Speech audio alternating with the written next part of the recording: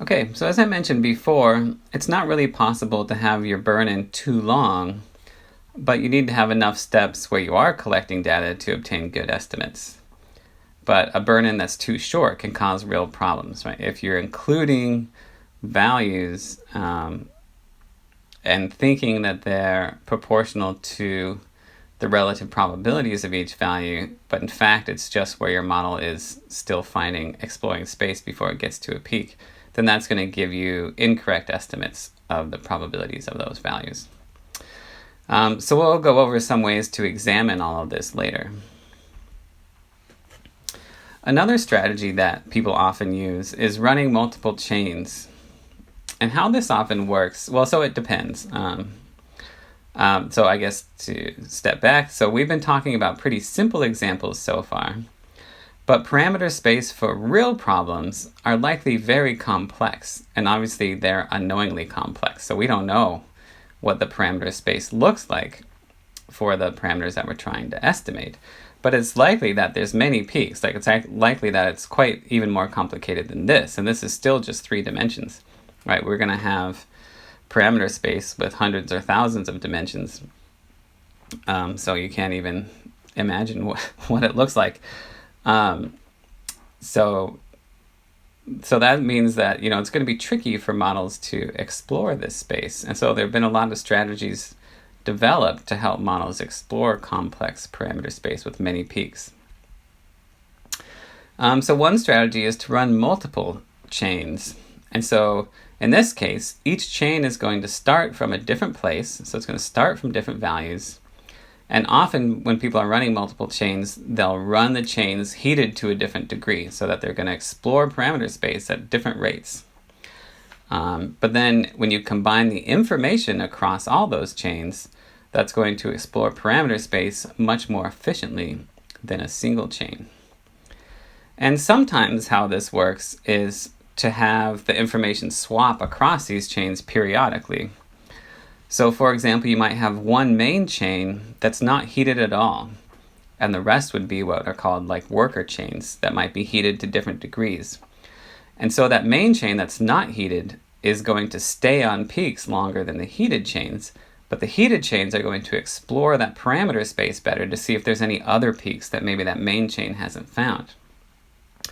And so what these algorithms will often do is every so often, say like every 100 steps or every 1,000 steps, it'll compare the probabilities of each chain, of where each chain is at. And if a worker chain is on a peak or if a worker chain has a higher probability than the main chain, then they'll swap positions, and the main chain will now be moved to the peak where that worker chain was. So it'll stay on that peak.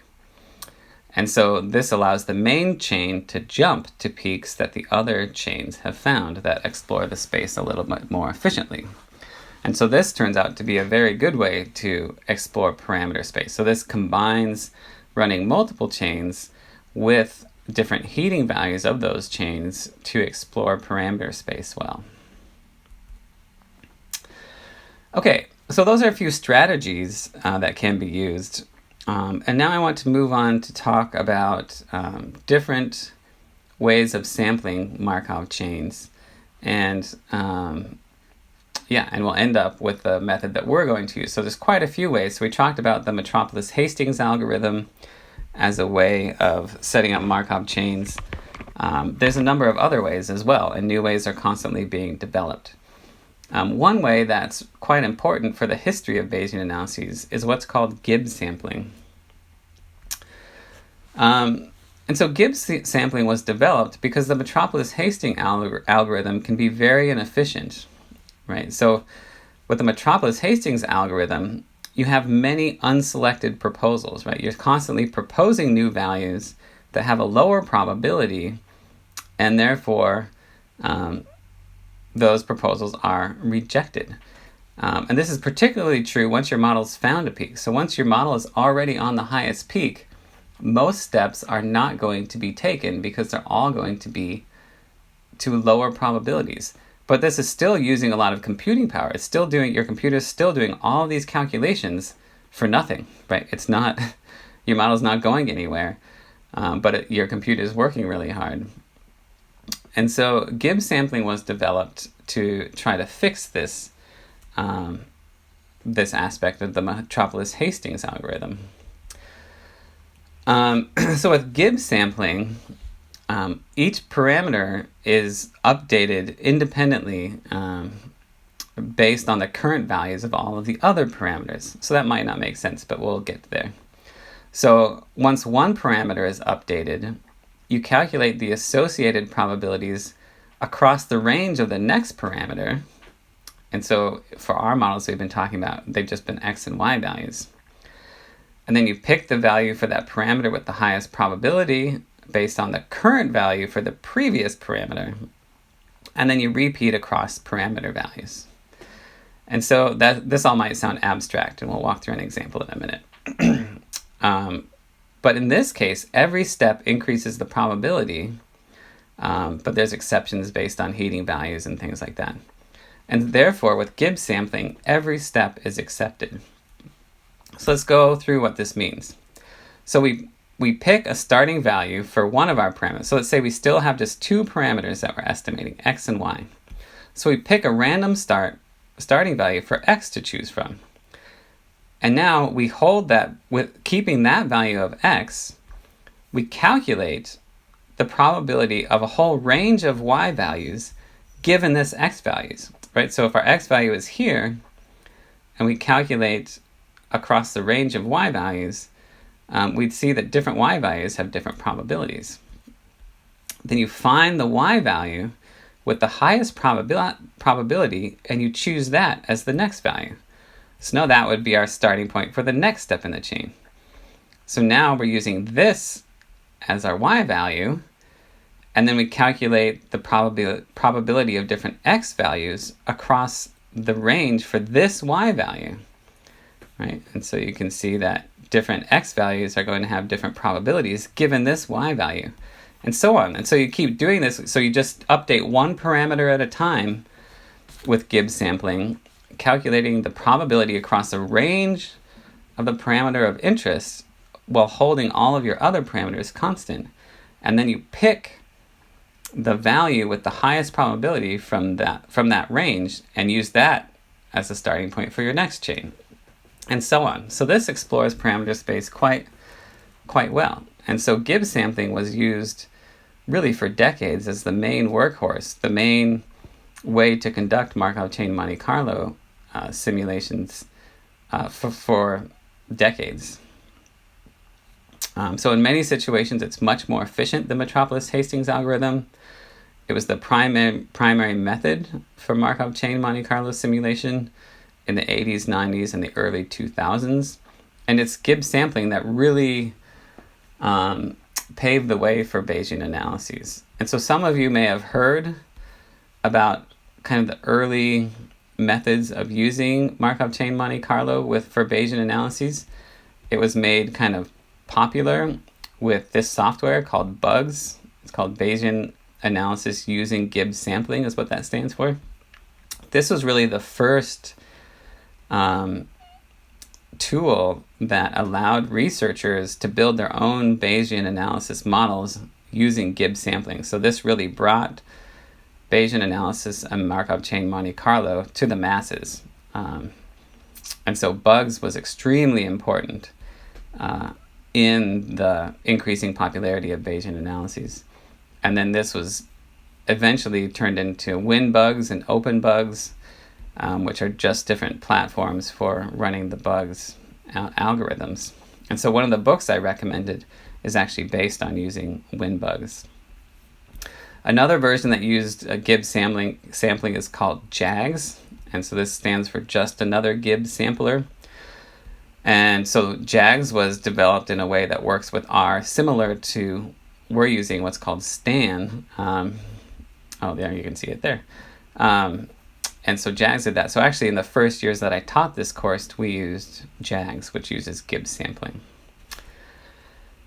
But we're no longer using JAGS. We're moving on to a different Markov chain Monte Carlo method called Hamiltonian Monte Carlo. And this is implemented in the software called STAN, And that's what we're using. This is what we're using for this class, and it's much, much more efficient than Gibbs sampling. It's also more complicated. So with Hamiltonian Monte Carlo, it's set up as a physics simulation. And so an actual physics simulation is set up for each time you run your model. And so you have your parameter space, and the model is set up in this physics simulation as if you're flicking a frictionless particle into this n-dimensional space, where the n is the number of parameters that you have in your model.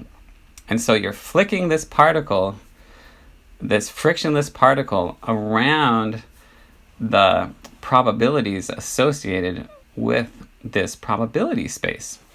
But in Hamiltonian Monte Carlo, they use the negative log posterior. And why that's the case, I'll show you in a minute. And then it records the positions. So how does this work? So let's say that you have a probability distribution. So here I have that here, and here's the code that I use to generate this. So it's just from a normal distribution. So you can see with a normal distribution with a mean of 0.5 and a standard deviation of 2, obviously the peak, so the value with the highest probability from this distribution, is 0.5, right? And the probability gets lower as you move away from that mean value. And so other methods of Monte Carlo are built on climbing peaks of probabilities. But if we take the negative log of these probabilities, we see it's concave now. So taking the negative log of a probability just makes peaks into troughs, right? So instead of climbing peaks, we're flicking this particle into parameter space, and the values with the highest probability are going to be the deepest peak. So you can imagine, the deepest trough. So this is like, I don't know if you guys have been to some like fast food places have that big yellow circle, and you slide your coins in, and the coins spin and spin around and around. They get faster and faster so the big yellow circle kind of gets tighter and tighter into like a cone, and then your coins go into the bottom. That's this idea here, is you flicked this particle into this parameter space, and obviously if we just have one trough, then our particle, if this is a circle, like it's just two-dimensional here, but if this is a circle, our particle is going to spend up most of its time down in this trough, right? As it goes back and forth, or it would really be around and around, it would spend most of its time down here. So that's why it's this physics simulation where our model is this particle moving through the parameter space, and it should spend most of its time in the troughs, which are kind of the opposite which are the peaks, but we're taking the negative log of the probabilities, so the peaks become troughs. So I've drawn this as like a sled, but maybe a more accurate representation would be like a hockey puck, right? So we're in Canada, or most of us are in Canada. So you can imagine starting off the model, you are hitting your hockey puck on this frictionless surface. But instead of being a nice flat hockey rink, it has all these peaks and troughs in it. And so you can imagine if you do that, your hockey puck is going to end up, if you hit it hard enough and it can bounce around the edges enough, it should end up in the lowest trough, right? It should end up down there. And that's what we want our model to do. And so for our Hamiltonian Monte Carlo, our starting position is the random draw from the priors for each parameter.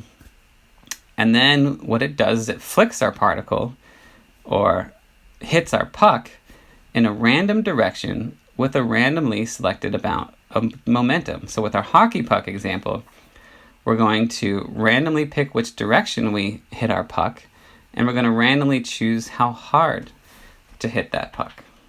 And then it's going to slide across the peaks and valleys of this probability landscape.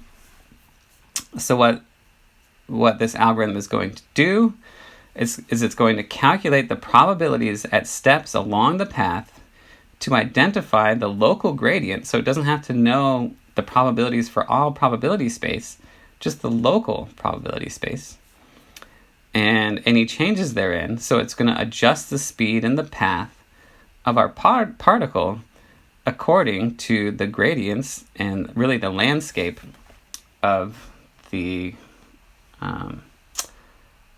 probability landscape.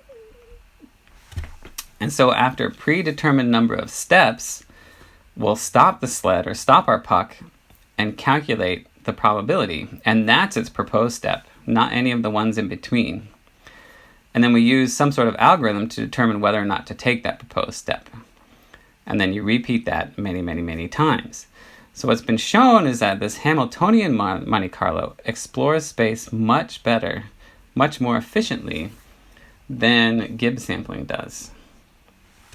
And so you can imagine things like this. So maybe we start out here and then push our sled in a random direction with a random amount of force. So maybe in that first step, they end up here.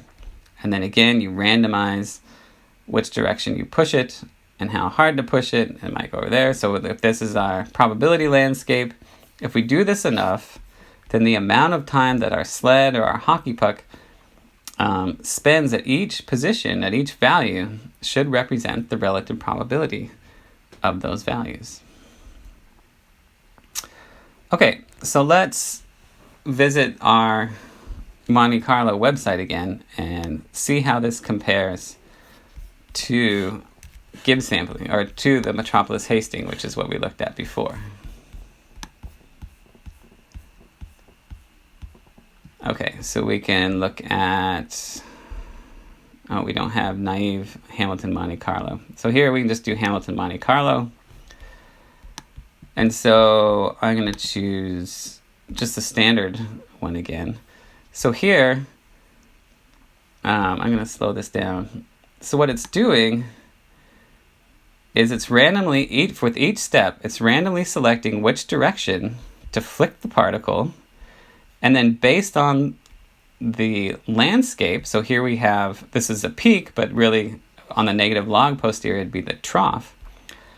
But so we're going to flick it in this direction the direction is randomly chosen, and how hard you flick it is randomly chosen.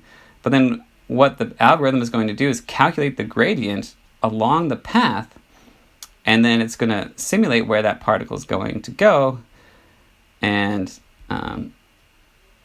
then that's the proposed step. And so you can see, so the arrow is showing the direction of the proposed flip, and then how long this arrow is how hard it's flicked. But you can see, because it's based on the local gradient, it's always going to end up, or almost always, at a higher probability than where it left off before. So it's going to explore parameter space very efficiently. And so let's speed this up and see. And so you can see it's very quickly, much quicker than the metropolis Hastings algorithm. It's quickly, the amount of time it's spending at each value is very quickly representing the actual probabilities associated with it. So this is all fine and good, but where Monte Carlo really shines is with complex parameter spaces. So I'm going to go to a very tricky probability distribution. So here, this is a donut, okay? So here we have, just a second, I'm trying to,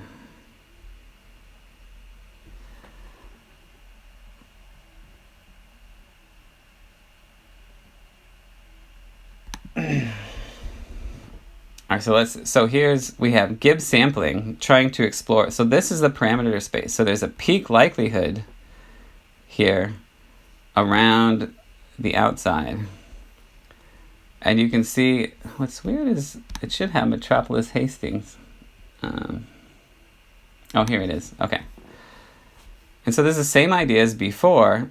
It's proposing new values, and the values it takes, the arrow turns green. The values it doesn't take, it's red. So you can see Metropolis Hastings, by randomly proposing values, it's awful at exploring this space. So you can see, again, here we have the lines represent the true probabilities, and the histogram will indicate the amount of time it spent there. This guy's having real problems, right? So most steps aren't accepted, and it's not exploring parameter space well at all, right? Our model hasn't even gone over here. It's just spending its time over here. So our Metropolis Hastings gets stuck when parameter space gets complicated. But now let's look at what Hamiltonian Markov chain does. So again, because it calculates the gradient, you flick your particle. I'm going to slow it down so I can navigate through it. Because it calculates the gradient, then it simulates what the particle would do if it was flicked in that direction. And you can see it's going to stay around the highest values. And the more parallel the direction of the flick is towards the likelihood surface, it's going to go furthest. And the more perpendicular it is, the less it's going to go. But it's still exploring the parameter space much, much better than the regular Metropolis Hastings algorithm. So if we speed this up, you can see that even though this is a very complicated parameter space, the Hamiltonian Monte Carlo is exploring it very, very well. Right? So it's a huge improvement over Gibbs sampling and the Metropolis Hastings algorithm. So again, I encourage you to play around with this on your own. It's kind of fun, kind of mesmerizing just to watch. All right, we'll stop there just for now.